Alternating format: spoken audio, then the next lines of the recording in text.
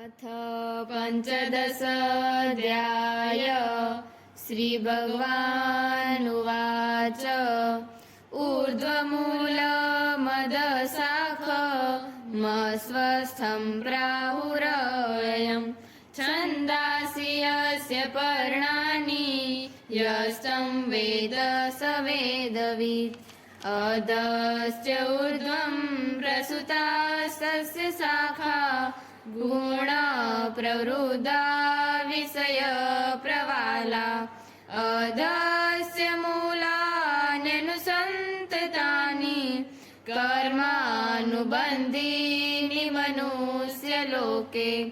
न रूपमस्येह तथोपलभ्यते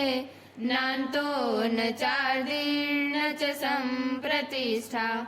अस्वस्थमेनं सुविरूढमूलमसङ्गशस्त्रेण दृढेन छित्त्वा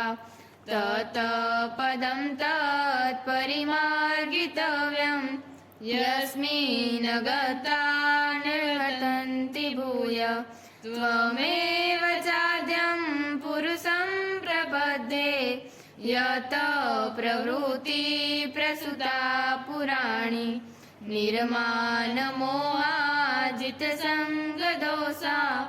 अध्यात्मनित्या विनिवृत्तकामा द्वन्द्वैर्विमुक्ता सुखदुःखसंज्ञैर्गच्छन्त्यमूढा पदमव्ययं तत् न तद्भासयते सूर्यो न शशाङ्को न पावको यद्गत्वा न निवर्तन्ते तद्धाम परमं मम ममैवांशो जीवलोके जीवभूत सनातन मनसष्ठानीन्द्रियाणि प्रकृतिस्थानि कर्षति शरीरं यद्वाप्नोति यच्चाप्युत्क्रामतीश्वर गृहीत्वैतानि संयाति वायुर्गन्धानि वासयात् श्रोत्रं चक्षुस्पर्शनं च रसनं घ्राणमेव च अधिष्ठाय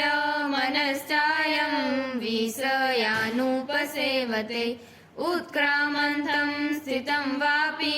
भुञ्जानं वा गुणावितं विमूढानानुपश्यन्ति पश्यन्ति ज्ञानचक्षुषा यतन्तो योगिनश्चैनं पश्यन्यात्मन्यवस्थितं यतन्तोऽप्यकृतात्मानो नैनं पश्यन्त्य चेतस